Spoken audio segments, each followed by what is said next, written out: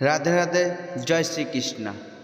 इस वीडियो में आपको इस जानकारी प्राप्त होगा महादेव जी के द्वारा भगवान शिव संसन में क्यों रहता है, पूरा डिटेल्स जानकारी इस वीडियो में आपको प्राप्त होगा। और इस वीडियो में पूरा ध्यानपूर्वक इस वीडियो पूरा लास्ट तक देखें और सुने, और ज़्यादा से ज़्यादा शेयर कीजिए, और नया है तो चैनल को सब्सक्राइबर कीजिए। भगवान शंकर शमशान में क्यों रहते हैं, इसके पीछे की कथा है। भगवान शंकर को भी पाप लगा था, इसलिए शंकर जी को शमशान में रहना पड़ा। कौन सा पाप लगा? भगवान शंकर का एक नाम है त्रिपुरारी। हाँ या ना? त्रिपुरारी है। त्रिपुरारी नाम कैसे पड़ा शंकर जी का? भगवान शंकर ने एक त्रिपुरासुर को मारा था। तो त्रिपुरासुर को मार रहे थे, मर ही नहीं रहा था। तब शंकर जी ने अपना एक अमोघ अस्त्र त्रिपुरासुर पर छोड़ा। तो त्रिपुरासुर पर वो अस्त्र पड़ा तो त्रिपुरा तो मरा ही, उस वज्र, उस भयंकर जो प्रहार किया भगवान शंकर ने उस शस्त्र का, उस शस्त्र से पूरा राज्य नष्ट हो गया त्रिपुरासुर का। उसके राज्य में जितनी स्त्रियां थीं, बच्चे थे, गाय थी, बूढ़े थे, बच्चे थे, स्त्रियां गर्भवती थीं। भाई परमाणु बम गिर जाए तो सब मर जाते हैं, चाहे बच्चे हों, बूढ़े हों, गाय हो, बैल हो, कोई भी, बच्चे सबने मर जाएंगे। तो शंकर जी ने बाण वो अपना फेंका, भगवान ने त्रिशूल से ही मारा होगा, कोई भी अस्त्र फेंका, और इतना विशाल था उसका पावर, पूरा त्रिपुरासुर तो भस्म हुआ, पूरी नगरी जलकर राख हो गई, निर्दोष स्त्रियां मारी गई। अब जब निर्दोष स्त्रियां, कहते हैं गर्भवती स्त्री और बच्चों को मारना भयंकर अपराध होता है।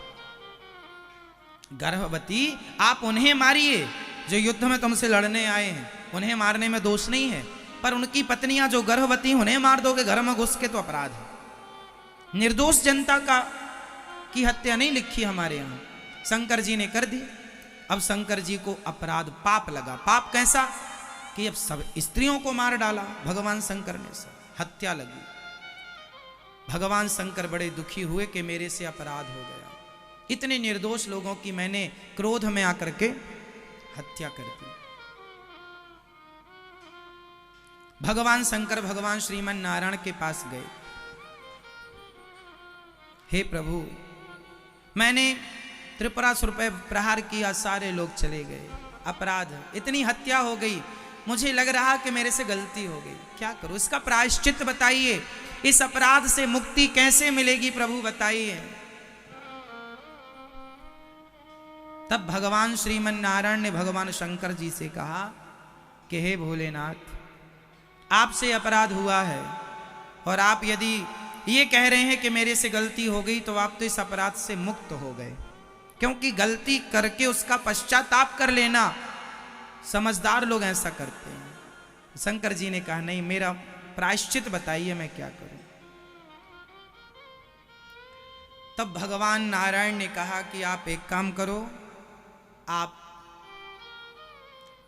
शमशान में जाकर के वास करो।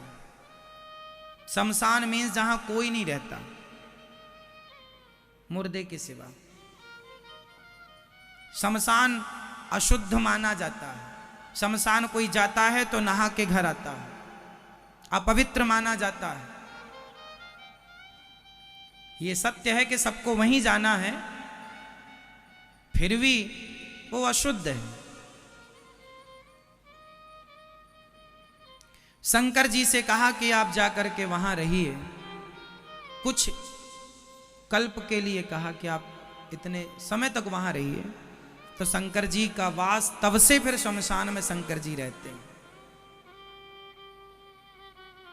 तो पाप तो देखो भगवान को भी लगता है, तो हम नहीं, अच्छा शंकर जी को कोई पाप नहीं लगता, पर फिर भी वो समाज को मैसेज देना चाहते हैं कि यदि हम गलती करेंगे, हम निर्दोष की हत्या करेंगे, तो हमें भी उसका पाप भोगना पड़ेगा। इसलिए आप लोग तो बच के रहिएगा, क्योंकि हमें माफ नहीं है, तुम्हें कैसे माफ होगा। ये महापुरुष इसलिए करते हैं ताकि समाज को एक अच्छा मैसेज मिले। बाकी भगवान शंकर पाप पुण्य से परे हैं, वो भगवान हैं, उन्हें किसी पाप पुण्य की आवश्यकता नहीं है, पर फिर भी भगवान शंकर सबके आराध्य हैं, सब उनसे सीखेंगे, इसलिए वो गलती कोई और ना करे। इसलिए जब भी युद्ध होते हैं ना एक राजा से दूर, तो युद्ध नगर से दूर हुआ करते हैं ताकि नगर की आम पब्लिक को उसका नुकसान ना हो। इसलिए युद्ध की नीतियां बनाई गई पहले ही से, आज भी फॉलो लोग करते हैं, पर कुछ लोग नहीं भी करते। आजकल तो कुछ भी कहीं भी बम पटक देते हैं, पर मर्यादाएं थी हमारे यहां युद्ध की। तो भगवान शंकर इसलिए शमशान में रहते हैं, एक ये भी कथा है। और फिर रहने के बहुत सारे कारण, अन्य भाव हो सकते हैं, अन्य बातें भी हो सकती हैं। कुल मिलाकर हम ये समझा रहे हैं आपको कि गलतियां जिनसे हुई हैं, इसलिए किसी स्त्री को ये ना कहा जाए कि तेरा बेटा नहीं है, तू अभागिन है, तू ऐसी है ना। अभागी कौन है? जो मानव का तन पा करके, भारत भूमि में जन्म लेकर के, जो भगवान से प्यार नहीं करता, जो भगवान के चरणों का चिंतन नहीं करता, वह अभागी है। वह कौन है? अभागी। जो केवल भोगों में लगे हैं, पैसा जोड़ने में लगे हैं, धन इकट्ठा करने में, सब अभागी हैं वो। हरि तज विषय हों ही अनुरागी, सुनहु माते लोग अभागी। हाँ या ना? देखो ना आप लोग, इसलिए मत कहा करो किसी को मीराबाई अभागिन नहीं, भाग्यशाली है, भगवान को पाया।